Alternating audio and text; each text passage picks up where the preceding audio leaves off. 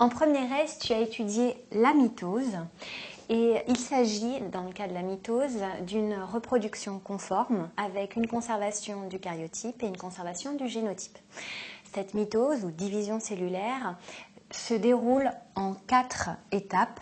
La prophase, première phase, la métaphase, méta qui vient après, l'anaphase, ana en haut, puisqu'on va le voir, on a une migration, une ascension polaire des chromatides, des chromosomes, et enfin télophase, télo qui vient à la fin. Alors, pour illustrer ces 4 étapes de la mitose, ici, j'ai pris comme exemple une cellule végétale, mais ces 4 étapes sont également présentes chez les animaux à quelques différences, mais qui ne sont pas au programme. Donc ici, dans le cas de la prophase, tu as à droite une photographie d'une racine de jacinthe observé au microscope optique avec un colorant type Fulgen, et ce colorant va se fixer préférentiellement sur l'ADN et ça nous intéresse puisque, comme tu peux le voir sur les schémas, l'ADN compacté, ça te donne des chromosomes. Donc dans cette racine, pourquoi le choix de cette racine? La racine a une croissance et dans cette zone-là, tu as une croissance racinaire surtout due à une multiplication cellulaire ou mitose. Un peu plus haut, tu aurais une croissance par élongation cellulaire. Nous, on va focaliser notre attention sur certaines cellules que tu peux observer, là, grâce au microscope optique, des cellules qui présentent une forme plutôt cubique et surtout un matériel génétique ou l'ADN sous forme compactée. La photo qui arrive là te montre une prophase. Il s'agit de la première étape de la mitose avec une compaction importante de l'ADN et tu peux enfin voir apparaître des chromosomes à 2 chromatides. En effet, une mitose est précédée d'une réplication de l'ADN que tu peux voir dans une autre vidéo. Donc, chaque chromosome présente 2 chromatides et c'est bien net sur la photo. Tu ne verras pas les chromatides. Par contre, tu vois que l'ADN est très compacté. Tu devines des chromosomes. Mes chromosomes à 2 chromatides, ici j'ai choisi de prendre une cellule à 3 chromosomes différents d'un point de vue karyotype, formule chromosomique, ça s'écrirait n égale 3 et j'écrirai le génotype après. Quel est l'intérêt de compacter sans finalisme cet ADN? Eh bien, l'idée, c'est que ta cellule, à la fin, va te donner 2 cellules filles. Une cellule mère donnera 2 cellules filles. Or, ton ADN, sache que, par exemple, un grand chromosome est constitué d'ADN. Le plus grand chromosome, ce serait 7 cm d'ADN.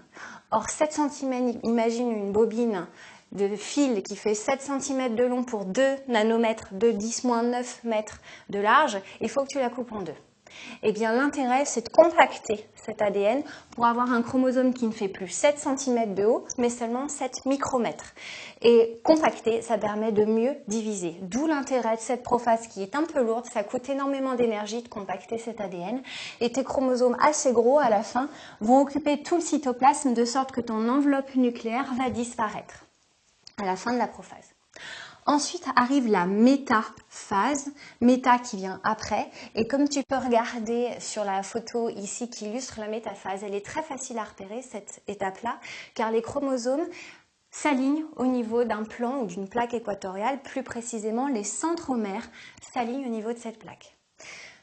De part et d'autre de la plaque équatoriale ou du plan, les chromatides de chaque chromosome se disposent.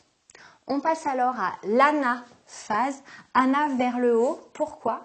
Ici, on va avoir disjonction des chromatides de chaque chromosome et ascension, migration vers un des 2 pôles. Ici, je peux rajouter une petite flèche. Alors, il y a des fuseaux mitotiques qui vont tirer les chromosomes par leur centromère vers un pôle. D'où cette forme en V. Imagine ton chromosome, on le tire par le centromère de sorte qu'il va migrer vers un pôle de la cellule. Donc là, tu peux le voir, la photographie qui t'illustre l'anaphase, là aussi, c'est assez facile à observer. On voit 2 lots, 2 paquets de chromosomes migrer vers l'un des 2 pôles. Donc tu peux le voir sur cette photographie-là.